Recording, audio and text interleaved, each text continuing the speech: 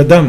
C'est pour ça que Eliyahu Hanavi et Mashiach, qui vont représenter les outils principaux de la délivrance du monde, Yasku Rakla Sot Shalom Baolam. Ils vont s'occuper que de faire du shalom dans le monde. C'est la seule chose qu'ils vont s'occuper. Comme Shamurazal, En Eliyahu Ba, l'Etamé ou l'Etaer, et la Sot Shalom Baolam. Eliyahu Hanavi, il ne va pas venir pour commencer à purifier les impurs et pour rendre impurs ceux qui sont purs, c'est-à-dire il ne va pas commencer à venir à faire des jugements, il va venir uniquement pour faire de la paix.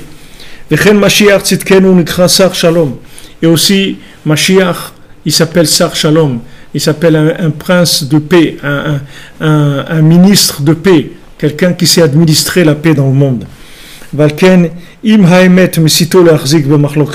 Donc si maintenant quelqu'un il voit que sa vérité, ça l'amène à de la dispute, il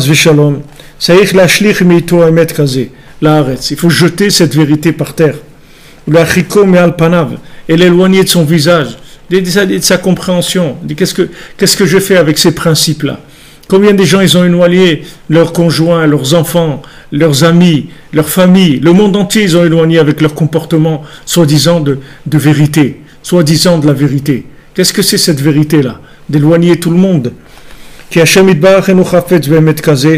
que Hachem, une vérité comme ça ne l'intéresse pas du tout. Il faut que ça soit clair, une vérité comme ça, Hachem il ne la veut pas. Hachem il ne la veut pas du tout. Hachem il veut une vérité qui soit avec le shalom. Et le shalom, il est plus que la vérité. C'est-à-dire que le shalom, c'est lui qui prouve la vérité de la vérité, si vous voulez. Une vérité qui est avec de la paix et du shalom, alors ça veut dire qu'elle est vraie. Et une vérité qui n'est pas avec du shalom, elle n'est pas vraie. Elle n'est pas vraie. Regardez, même les gens qui ont construit la tour de Babel, ils étaient béchalom entre eux. Même ça fait qu'il n'y a rien qui pouvait les arrêter dans ce qu'ils devaient faire. Même s'ils voulaient faire quelque chose de tordu, mais ils étaient béchalom entre eux. Jusqu'à qu'Hachem, il a été obligé de leur changer leur langage pour qu'ils se disputent, pour qu'ils ne se comprennent plus. Parce que sinon, ils allaient monter au ciel, ils allaient faire une tour de Babel jusqu'au ciel, parce qu'il y avait du shalom entre eux.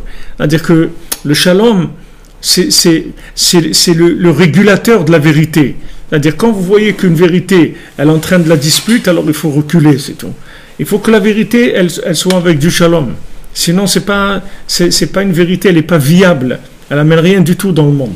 Elle aide personne, cette vérité. Ah, c'est vrai, mais c'est la façon de la présenter qui compte. C'est pas si elle est vraie. En haut aussi, tout est vrai.